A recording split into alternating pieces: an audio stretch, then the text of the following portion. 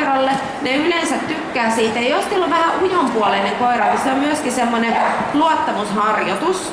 Eli me otetaan koira täällä, jos koira menee vasemmalla puolella, niin meidän oikea jalka on se, joka astuu eteenpäin. Ja autetaan se koira tulemaan täältä välistä. Ja sitten taas toisella puolella. Täällä. Noin hyvä. Eli tällä idealla lähdetään. Sitä pystyy tekemään edespäin ja taaksepäin ihan mihin suuntaan vaan.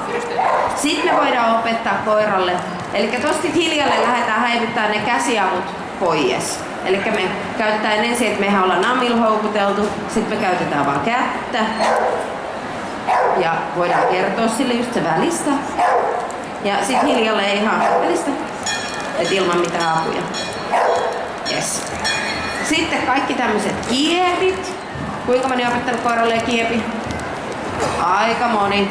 Et kieppihan on siis niin tämmönen ihan perustemppu. Kiepissä on se kiva juttu, että jos se koira muuttaa tapansa liikkua, kiepi, tuossa kiepissä, niin että jos se normaalisti rullaa silleen näin, ja sitten se alkaa aina hypähtää, niin te voitte miettiä, että onko sillä jotain jumitilaa. Ja yleensä ne tekee kiepin toiseen suuntaan ihan iisisti, ja sitten toinen on haastavampi. Ipek. Mutta ne voi opettaa. Kieppi. Hyvä. Ipek. Eli toisinpäin. Eli ihan sama. Ensin me autetaan koiruolta kiertämään. Vähennetään se käsi ja käytetään ensin sitä kättä sitten hiljalleen vähennetään, kunnes päästään käymään suulliseen apuun. Okei. Sitten